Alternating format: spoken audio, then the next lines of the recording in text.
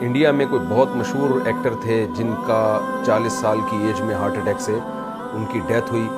India میں جو بعض لوگ ہیں جو شوبز کی دنیا سے جن کا تعلق رہا ہے ان سے میں نے رابطہ کیا, ڈیٹیل معلوم کی, تو جو حالات سامنے آئے کہ بھئی ایک شخص ہے, نوجوان ہے, بالکل ینگ ہے, بہت زیادہ فٹنس کا خیال کرتا ہے, اس کی فلمیں بڑی ہٹ جا رہی ہیں اور سینے میں پین ہوتا ہے اور پین کی کوئی وجہ سمجھ میں نہیں آتی. اس کی جو منگیتر ہے یا گرل فرینڈ ہے وہ اسے سلاتی ہے بستر پہ, اور ان کی جو گرل فرینڈ ہے اس کا بیان یہ ہے کہ صبح جب دیکھا گیا تو وہ مردہ حالت میں پایا گیا. دیکھیں, میرا مقصد یہ نہیں ہے کہ کون دنیا سے چلا گیا اور کون پیدا ہوا, یہ تو ہمیشہ سے ہو رہا ہے, لوگ مر بھی رہے ہیں, پیدا بھی ہو رہے ہیں. ہمیں اس موقع پہ یہ دیکھنا ہے کہ اسلام کیا کہتا ہے. قرآن مجید میں اللہ تعالیٰ کا ارشاد ہے, سنوریہم آیاتنا فی الآفاق وفی انفسہم حتی یتبین لہم انہ الحق.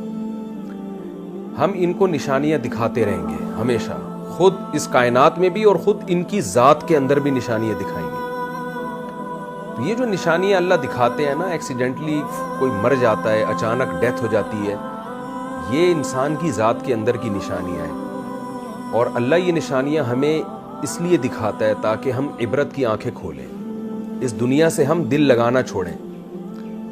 آپ سوچئے کوئی مشہور اداکار ہو اور وہ بھی انڈیا کا ہو, اور جس کو لاکھوں کروڑوں لوگ سنتے ہوں, جس کی فلمیں دیکھتے ہوں, جس کے گانے سنتے ہوں, اس نے کیا کچھ سوچا ہوا ہوتا ہے. 40 سال تو انسان کی ایسی ایج نہیں ہے, 40 سال میں تو پھل کھانے کا وقت شروع ہوتا ہے. آپ ساری زندگی محنت کرتے ہیں.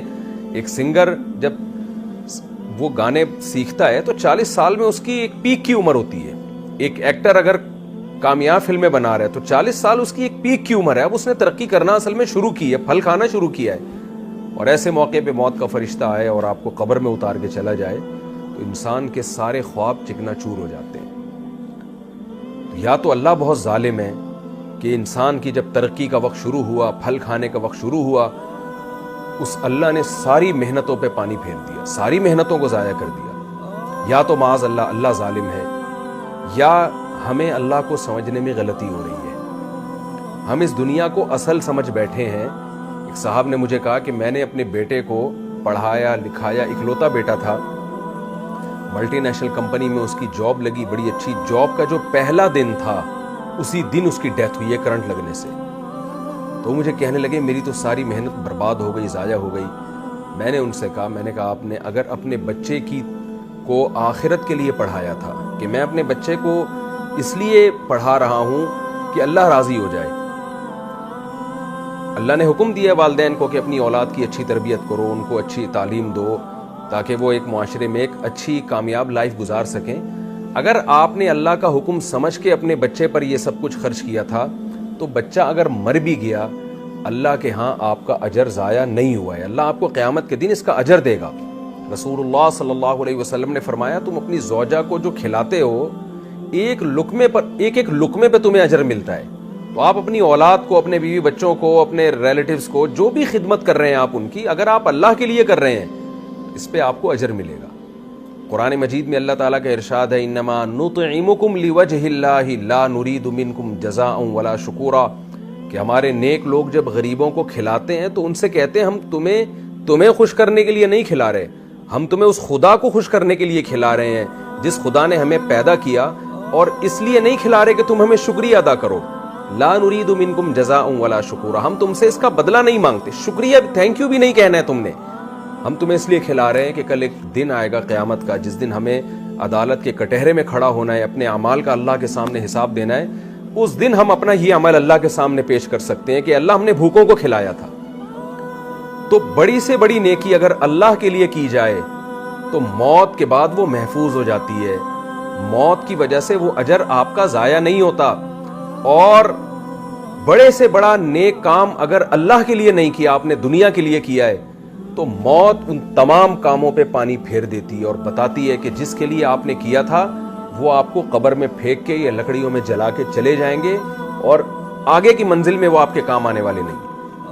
شوبز کی دنیا سے جو لوگ تعلق رکھتے ہیں, ظاہر ہے وہ یہ سب کچھ اللہ کے لیے نہیں کر رہے ہوتے, کیونکہ دنیا کے کسی مذہب میں، نہ ہندو مذہب میں، نہ اسلام میں، نہ عیسائیت میں، نہ یہودیت میں، کسی مذہب میں بھی شوبز کی دنیا میں آج کل جو کچھ ہو رہا ہے اس کا کوئی حصہ نہیں ہے۔ آپ نے کبھی کسی ہندو سے نہیں سنا ہوگا، ہندو پنڈت سے، کہ وہ یہ کہہ رہا ہو کہ ناچ گانوں سے اور اس طرح فلمیں بنا کے، ڈرامے بنا کے معاشرے میں بے حیائی کو پروموٹ کرنے سے بھگوان خوش ہوتا ہے۔ کبھی کسی ہندو سے بھی نہیں سنا ہوگا، کبھی کسی عیسائی سے نہیں سنا ہوگا کہ اللہ خوش ہوتا ہے، خدا خوش ہوتا ہے ایسے کاموں سے، کبھی کسی مسلمان سے نہیں سنا ہوگا، مسلمان اسکالر سے نہیں سنا ہوگا، عالم سے نہیں سنا ہوگا کہ ناچ گانوں میں اور اس طرح جس طرح آج کل فلموں میں لڑکیاں اپنے آپ کو ایکسپوز کر رہی ہیں اور جس طرح جو کچھ بے ہودگی معاشرے میں ان فلموں کے ذریعے پھیلائی گئی ہے، ایک خاندانی نظام ہمارا پورا تباہ ہو کے رہ گیا۔ یہ سب کچھ سے اللہ راضی ہوتا ہے، کبھی کسی مسلم اسکالر سے آپ نے نہیں سنا ہوگا۔ ساری دنیا کے تمام مذاہب ایک بات پر متفق ہیں کہ خدا بے حیائی کو پسند نہیں کرتا۔ تو شوبز کی دنیا میں جو لوگ بھی تعلق رکھتے ہیں انہیں یہ تو ذہن میں رکھ لینا چاہیے کہ آپ کے اس عمل کا آخرت میں اللہ کے ہاں کوئی حصہ نہیں ہے۔ دنیا آپ کے اس عمل سے خوش ہوتی ہے اور دنیا میں آپ کو اس کا بدلہ مل جاتا ہے، عزت کی صورت میں اور شہرت کی صورت میں، لیکن آنکھ بند ہوتے ہی آپ کی عزت ورلڈ ٹریڈ سینٹر کی طرح زمین بوس ہو جاتی ہے اور آپ کی ساری عزت ایک سیکنڈ میں، عزت بھی، دولت بھی، شہرت بھی ایک سیکنڈ میں ختم ہو جاتی ہے۔ تو کیوں نہ ایسے راستے کو اختیار کیا جائے جو موت کے بعد بھی چلتا رہے۔ رسول اللہ صلی اللہ علیہ وسلم نے فرمایا کہ جس نے درخت لگایا، دیکھیں میں 2 حدیثیں پیش کرتا ہوں آپ کے سامنے۔ ایک طرف حدیث میں آتا ہے ایک صحابی درخت لگا رہے تھے، آپ نے فرمایا یہ تو کئی سال کے بعد پھل دے گا، تمہیں کیا معلوم کہ تم اس وقت تک زندہ بھی رہو گے کہ نہیں رہو گے، یعنی اتنی دور کی سوچ رہے ہو اور پل کی خبر نہیں ہے۔ کہتے ہیں سامان 100 برس کا، پل کی خبر نہیں ہے، کل کا تمہیں پتہ نہیں ہے زندہ رہو گے اور تم اتنے سال بعد کی سوچ رہے ہو، پتہ نہیں اس وقت تک تم زندہ رہو یا نہیں رہو۔ اس حدیث سے کیا پتہ چلتا ہے کہ آپ صلی اللہ علیہ وسلم جو اللہ کے میسنجر ہیں وہ درخت لگانے سے گویا روک رہے ہیں، اگر صرف یہی حدیث ہو ہمارے سامنے۔ لیکن دوسری حدیث میں آتا ہے، صحیح مسلم، بخاری صحیح مسلم کی حدیث ہے، آپ صلی اللہ علیہ وسلم نے فرمایا جس نے درخت لگایا اور مر گیا، کوئی نقصان کی بات نہیں ہے، خود پھل بے شک نہ بھی کھائے، نبی نے فرمایا کہ اگر جب تک اس درخت سے پرندے اور جانور بھی فائدہ اٹھائیں گے، انسان تو دور کی بات، جب تک اس سے پرندے اور جانور فائدہ اٹھائیں گے، آپ صلی اللہ علیہ وسلم نے فرمایا درخت لگانے والے کو اس کا ثواب ملتا رہے گا۔ اب آپ دیکھیں ایک حدیث میں درخت سے روکا جا رہا ہے، ایک میں درخت لگانے کی ترغیب دی جا رہی ہے۔ فرق کیا ہے؟ نیتوں کا فرق ہے۔ پہلے جب آپ درخت لگا رہے تھے آپ کا مقصد انسانیت کی خدمت نہیں، صرف اپنی خواہشات کو پورا کرنا، اور جب آپ دوبارہ درخت لگا رہے ہیں تو دوسری جو حدیث میں مثال دی ہے اس میں آپ کا مقصد اپنی خواہشات بھی لیکن انسانیت کی خدمت بھی۔ تو انسانیت کی خدمت اور وہ خدمت جس میں اللہ کو راضی کرنا مقصد ہے، اس خدمت میں اگر آپ مر بھی جاتے ہیں کوئی غم کی بات نہیں ہے، آپ کا وہ درخت قیامت تک آپ کو اجر پہنچاتا رہے گا۔ درخت ایک مثال ہے، درخت سے مراد کوئی بھی خیر کا کام۔ شوبز کی دنیا سے جو لوگ وابستہ ہیں، پہلی بات تو یہ، میں اپنے آپ کو کسی سے افضل نہیں سمجھتا، میں نہیں کہتا کہ جو فلمی دنیا سے وابستہ لوگ ہیں میں ان سے زیادہ بہتر ہوں اور وہ مجھ سے کمتر ہیں، یہ تو آخرت میں ہی پتہ چلے گا۔ اعمال کا مدار انسان کے خاتمے پر ہوتا ہے، آخر وقت اس کا کیسا گزرتا ہے، ہم میں سے کوئی کسی کے بارے میں دعوے نہیں کر سکتا، لیکن ان واقعات سے مجھے بھی عبرت حاصل کرنی چاہیے، آپ لوگوں کو بھی، کہ یہ دنیا ہے کہ کیسے ایک شخص ترقی کی انتہا کو پہنچتا ہے اور ابھی پھل کھانے کا وقت آتا ہے لیکن موت اسے پچھاڑ دیتی ہے، موت سے کوئی نہیں لڑ سکتا اور اسے قبر کے گڑھے میں اتار دیتی ہے، اسے لکڑیوں میں جلوا دیتی ہے اور اس کا سارا کیریئر 2 منٹ کے اندر زیرو ہو جاتا ہے۔ تو ایسے راستے کو ہمیں اختیار کرنا چاہیے کہ جس میں موت کے بعد بھی ہمارا سلسلہ چلتا رہے، وہ راستہ ہے جس سے خدا خوش ہوتا ہے۔ انسان تو دیکھیں زنا سے بھی خوش ہوتا ہے، انسان تو بدکاری سے، آپ چوری کر کے لا کے کسی کو پیسے دینا شروع کر دیں، جس کو آپ دیں گے وہ خوش ہوگا اس سے، لیکن برائی کو کبھی بھی معاشرے میں اس کی حوصلہ افزائی نہیں کی جا سکتی کہ لوگ اس سے خوش ہو رہے ہیں۔ آپ شراب کی دکانیں بند کر دیں، بہت سے لوگ ناراض ہوں گے آپ سے، لیکن خدا خوش ہوگا۔ تو ہمیں سب سے پہلے یہ دیکھنا ہے کہ خدا کن کاموں سے خوش ہوتا ہے، خدا کے کسی سے مفاد نہیں ہے، لہذا خدا انہی کاموں سے خوش ہوتا ہے جس میں انسانیت کا مفاد ہو۔ لوگ کہتے ہیں نا کہ اسمبلیوں میں بیٹھے ہوئے لوگ شراب کو اللیگل کیوں قرار نہیں دیتے، بھائی وہ کیسے اللیگل قرار دیں گے جو خود شراب پی رہے ہوں؟ انسان جب قانون بناتا ہے اپنے مفاد کو دیکھ کے بناتا ہے کہ میرے مجھ پر زد نہ پڑے. خدا جب قانون سازی کرتا ہے وہ تمام انسانوں کو ایک نظر سے دیکھتا ہے. جس خدا نے یعنی قانون سازی کی ہے اس خدا نے شراب کو بھی حرام قرار دیا. اس خدا نے کہا ان اللہ لا یامر بالفحشاء، وہ بے حیائی کو پسند نہیں کرتا، کیونکہ بے حیائی میں ہمارا خاندانی نظام تباہ و برباد ہوتا ہے. عورت کو لوگ بیوی بنا کے عزت کے ساتھ گھر لانے کے لیے تیار نہیں ہوتے، گرل فرینڈ بناتے ہیں، اس سے اپنی خواہش پوری کرتے ہیں، اور جب وہ استعمال کے قابل نہ رہے تو ٹیشو پیپر کی طرح اس کو نظر انداز کر دیا جاتا ہے، پھینک دیا جاتا ہے. تو اس میں عورت کا استحصال ہے. اور جب بے حیائی معاشرے میں نہیں ہوتی تو مرد عورت کو عزت کے ساتھ بیوی بنا کے لے کر آتا ہے، اس کے حقوق ادا کرتا ہے. شوبز کی دنیا سے جو وابستہ لوگ ہیں اور جس طرح سے ہمارے معاشرے میں ڈراموں اور فلموں کو فروغ دیا جا رہا ہے، اس سے معاشرے میں بے حیائی پھیل رہی ہے، اس سے معاشرے میں خیر نہیں پھیل رہی، اس سے فیملی سسٹم، خاندانی نظام تباہ و برباد ہو رہا ہے.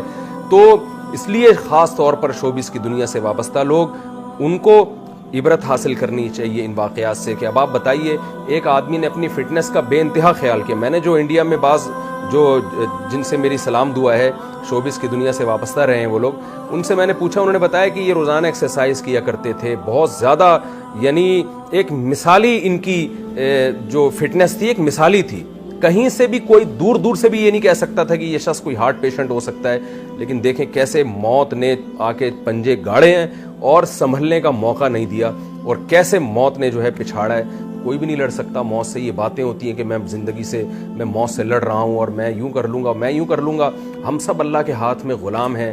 ہماری باڈی پہ ہماری مرضی نہیں چلتی، اس خدا کی مرضی چلے گی جس نے ہمیں بنایا اور پیدا کرتے ہی ماں کی چھاتیوں میں دودھ پیدا کر کے بتا دیا کہ جو پیدا کرنے والا ہے وہ غافل نہیں ہے. یہ سارے کام آٹومیٹک نہیں ہو رہے، ایک کوئی اتفاق سے نہیں ہو رہے ہیں. ادھر بچہ پیدا ہوتا ہے، ادھر ماں کی چھاتیوں میں دودھ آتا ہے. یہ اس کی علامت ہے. دیکھیں پہلے ماں روٹی کھا رہی ہے، کچھ نہیں بن رہا، خون بن رہا ہے. جیسے ہی بچہ پیدا ہوا روٹی کھانے سے دودھ بننا شروع ہو گیا. تو یہ اس کی علامت ہے کوئی ہے پیدا کرنے والا، وہ غافل نہیں ہے تم سے.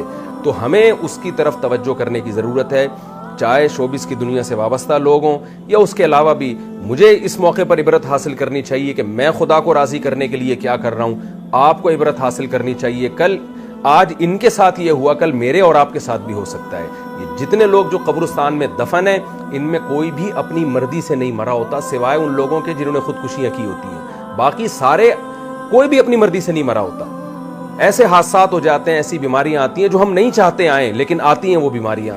اور ہمیں فطرت یہ بتا رہی ہوتی ہے کہ تم پر تمہاری مرضی نہیں چلتی، بنانے والے کی مرضی چلتی ہے. خوش قسمتی کی بات یہ ہے کہ اس بے وفا دنیا سے دوستی نہ لگائی جائے. دوستی اسی خدا سے لگائی جائے جس نے ہمیں بنایا ہے، اور پھر اس کو راضی کرنے کے لیے کام کیے جائیں. اللہ تعالیٰ سے دعا ہے کہ اللہ یہ اور اس جیسے واقعات جو ماضی میں ہوتے رہے ہیں اور آئندہ بھی ہوتے رہیں گے، ان واقعات سے ہمیں عبرت حاصل کرنے کی توفیق عطا فرمائے. ورنہ آج ایک آدمی دنیا سے گیا ہے، کل ہم بھی جا سکتے ہیں. اور قرآن کہتا ہے کہ وَلَن يُؤَخِّرَ اللَّهُ نَفْسًا إِذَا جَاءَ أَجَلُهَا. تم نیک اعمال کی طرف آ جاؤ، جب موت کا وقت آئے گا تو ایڑیاں رگڑو گے اور تم یہ چاہو گے کہ زمین کے برابر دولت میں خدا کو دے کے اپنی جان چھڑا لوں اس موت سے. اللہ فرماتے ہیں اللہ اس کو قبول نہیں کرے گا. موت سے پہلے اللہ کا دروازہ کھلا ہوا ہے، موت کے بعد ہمیں مہلت نہیں ملے گی. اللہ تعالی ہمیں سمجھنے کی، عمل کی توفیق عطا فرمائے.